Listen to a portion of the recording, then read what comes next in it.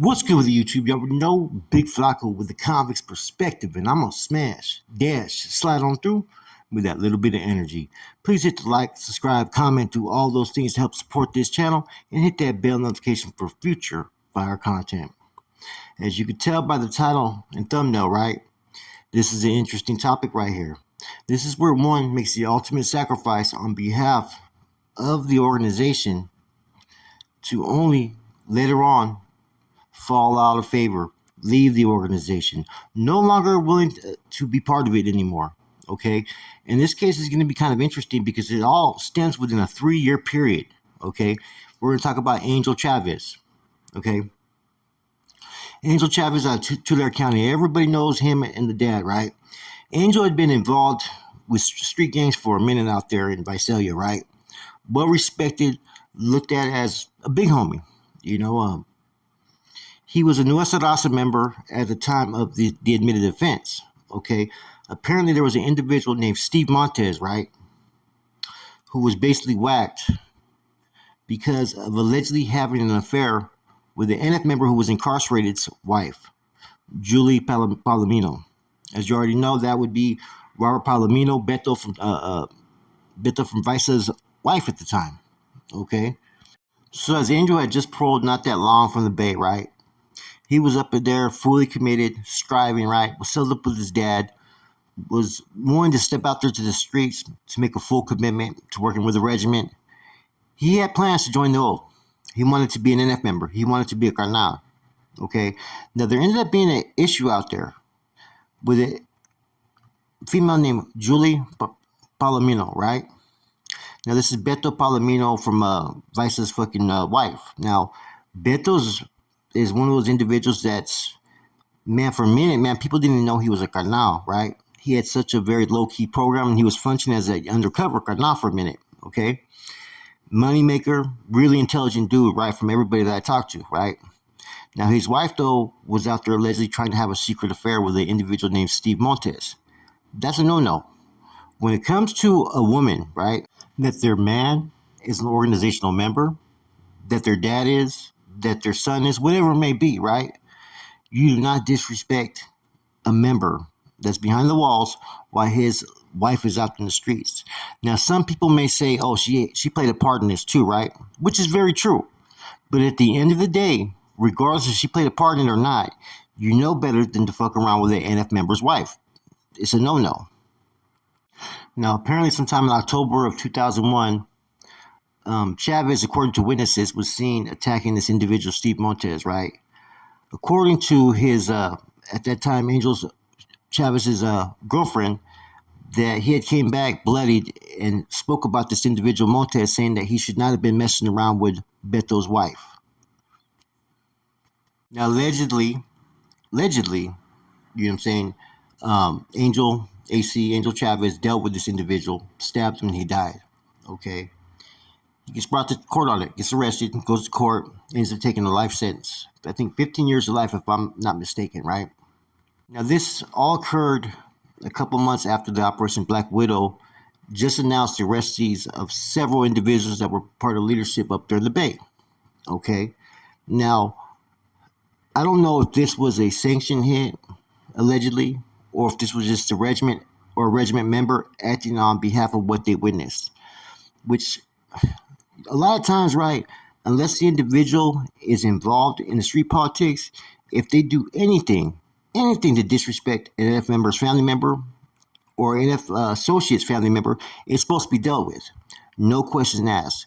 Unless he was actually a member of a crew or associated with the regiment in any form or fashion, right? Otherwise, I'd have to go through a whole different process. So there's no nothing standing that he did this on behalf of the organization at the time. Later on, as we're going to get to, he reveals why he caught this case and why he caught this crime. Now, I was up in Corcoran Shoe at the time with Angel Chavez, right, in 2004 before he went out for appeal action on this case, right? And he was the unit commander, just got pulled as a C. He was settled up with the regiment commander, Sylvester Silver Gomez. And I think his status was fast-tracked into being affirmed so fast based upon the fact of the what his controlling case was, which was an issue that was related to a ranking NF member that was well respected in the system at that time, Beto Palomino. Now, Angel AC, right, was the only one really that ever disciplined me. In my whole career, I think I got DP'd maybe one other time, but he disciplined me one time for I was supposed to be taking care of some business, right? And instead, I was taking a break playing a chess game. He went out for showers, then he fucking reported me, man.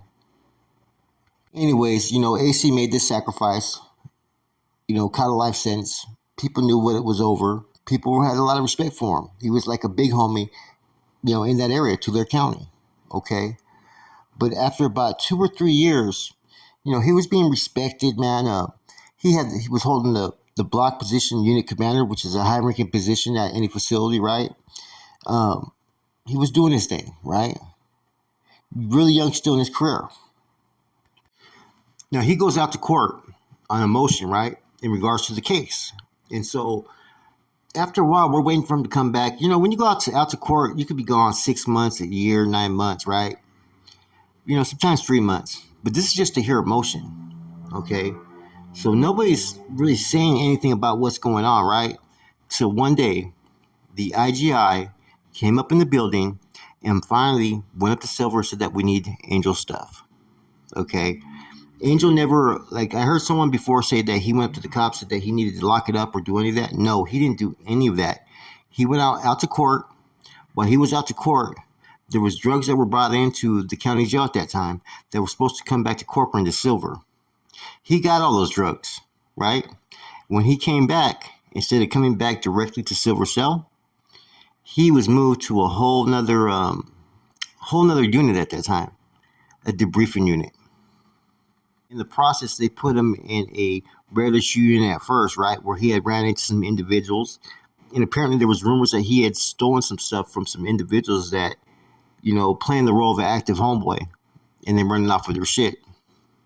Just like when he went to the county jail, he got all the dope that was supposed to come to Silver, and he never turned it in. Went straight to the SNY side eventually, right, but was in the debriefing block at first. Now, this all happened within a less than 3-year period. Here he goes from wanting to make a sacrifice, killing someone on behalf of the NF, right? Gets his status affirmed, holding a high-ranking position, to now locking it up and running off with the drugs of the NF. Eventually, later, you'll see him on, I think it was either Prison Raw, Prison Lockup, one of those channels that was getting all those views, right?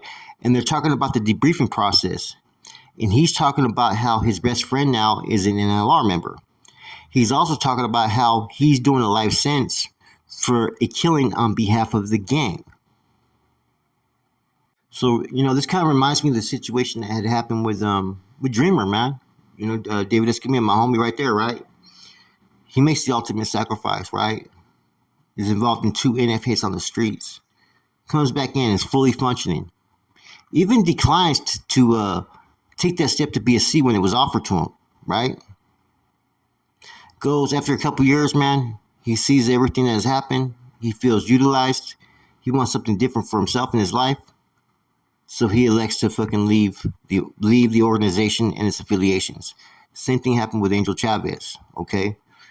Same thing happened with Spookio from Salas. So there's a message in all these stories, guys. These guys were at one time true believers, right? Look at them, Spookio, Dreamer, AC, right? They were willing to make that sacrifice and catch that life sentence.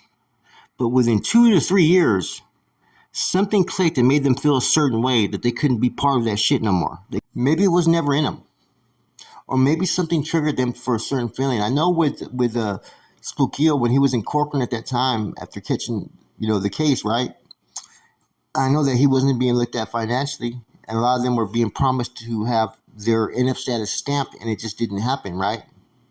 So I know there were some feelings over there. But all these guys, though, man, made that sacrifice, were true believers, right? And eventually, within a short period, said, fuck this, I can't be part of this no more. That right there speaks volumes. Because it didn't take fucking AC 10, 20 years to figure this out. Within less than 3 years, he wanted to lock it up already. Same thing with Dreamer and same thing with Spookio. So if that is not a message in itself for anybody out there that's out there putting in work, that wants to have that their status grow and wants to be reflected upon by others as a big homie, look at these individuals right here. None of these individuals was a coward. In fact, I think AC ended up captured in custody homicide again somewhere in some prison, right? But none of these dudes were soft. I mean, they proven time and time again before they even made these sacrifices to be those individuals willing to put in work. Somehow, in less than 3 years, this is how Angel felt, man. You know, doing life on behalf of an organization that you no longer want to be part of. Now, I do think him and Beto had a relationship as well, right? So, you know, this also could have been him doing something out of love for a homie as well, right? But of course, you're going to blame the organization afterwards. You know, a lot of times people feel used when their freedoms took, or when they see other people going after the streets, right? While they made that sacrifice, they start to have feelings and they get all up in their feelings, and they can't help but see things for what they really are. And when they see things for what they really are, it's never fucking a good look. There's a lot of corruption. There's a lot of betrayal, and there's a lot of disloyalty. Those are facts. That's why I've always said, is it really worth catching a life sentence for someone who's never done anything towards you or at you? See, that's what happens. A lot of these individuals are fully committed. They make those sacrifices towards someone that they have no hate towards. It's just business. Is it really worth it? You know, just to kill someone because they're a target, just to kill someone because they're no good. Are you really willing to take that life sentence on the chin? Because that's what's going to happen. You're going to have that life sentence. All those things out there that you desire, woman, alcohol, whatever it may be, fucking barbecues, games, whatever you like to do out in the streets is now stripped from you. And now you're in a fucking cell 24/7. No women, right? Unless you like those fucking chirojos, right? No barbecuing, unless you like what they have up there in the fucking prison cafeteria. And no really freedom, man. You know, over somebody or someone that may have not even done anything towards you. Or the issue may not even be your fucking business. That's why a lot of people made the choices they made years later after they made those sacrifices. They realized they were utilized. And there is no worse feeling for any soldado, right, than to feel used. Yeah, they may be looked at as big homies when they hit the county jail, well respected. Hey, that's the big homie there, right? But truth crushed to earth is this. They were expendable and they were utilized. And now their time was over. Therefore, they couldn't accept that and decided to make a choice for themselves. With that said, this is Flacco from a convict's perspective. Hope you guys get where I'm coming at with the message. If not, have a good day.